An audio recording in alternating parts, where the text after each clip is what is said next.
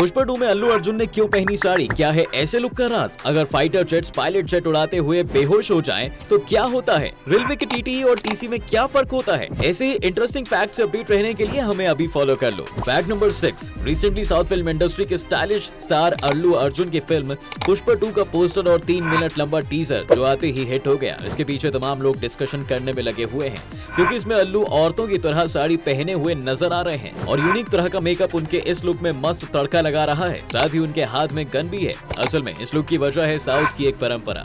हर साल कई महीने में तिरुपति में पॉपुलर फेस्टिवल मनाया जाता है। इसे गंगमम्मा तल्ली जतारा के नाम से जाना जाता है, जिसमें फेस्टिवल के आखिरी दिन के दौरान पुरुष महिलाओं के रूप में तैयार होते हैं और गंगमम्मा के रूप में दिखाई देते हैं, जो बुराइयों को नष्ट करने के लिए जाना जाता है। और शायद पुष्पा यानी अल्लू अर्जुन इस जतारा में शामिल होकर अपने किसी दुश्मन का काम तमाम करने आए हैं, क्योंकि ऐसी न्यूज थी कि अल्लू ने इस गेटअप में हेवी एक्शन सीन शूट किए हैं। फैक्ट नंबर 5, दोस्तों अगर एयरफोर्स का कोई फाइटर जेट आसमान में हो और उसका पायलट बेहोश हो जाए तो क्या होगा?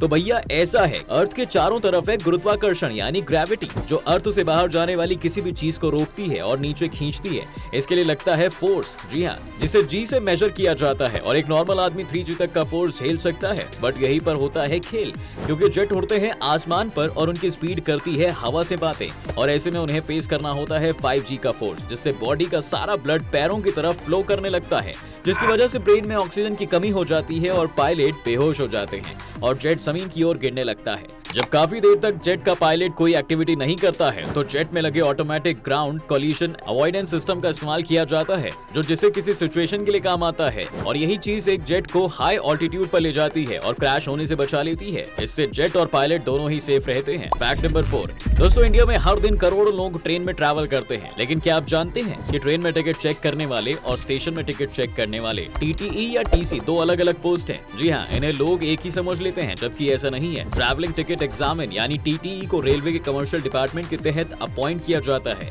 जिसका काम ट्रेन के अंदर बैठे पैसेंजर्स के टिकट चेक करना और ये देखना होता है कि कोई आदमी बिना टिकट के ट्रेन में तो नहीं बैठ गया। वहीं टीसी यानी टिकट कलेक्टर का काम प्लेटफॉर्म पर टिकट चेक करने का होता है। इनकी ड्यूटी रेलवे प्लेटफॉर्म के साथ साथ एंट्री और एग्जिट गेट पर लगाई जाती है, ताकि ट्रेन से उतरकर आने वाले यात्रियों का टिकट चेक कर सके। और टीसी को भी रेलवे के कमर्शियल डिपार्टमेंट के अंदर ही अपॉइंट किया जाता है। फैक्ट नंबर 3, दोस्तों क्या कोई कब्र को किराए पर लेता है? जी हाँ, यूरोप में एक कंट्री है नीदरलैंड्स, जहाँ लोग कब्र किराए पर लेते हैं। दरअसल यूरोप की दूसरी कंट्रीज में कब्र के लिए जमीन खरीदी जाती है, लेकिन नीदरलैंड्स में लोग जमीन खरीदने की जगह उसे 10 या 20 या 30 साल के लिए रेंट पर ले लेते हैं।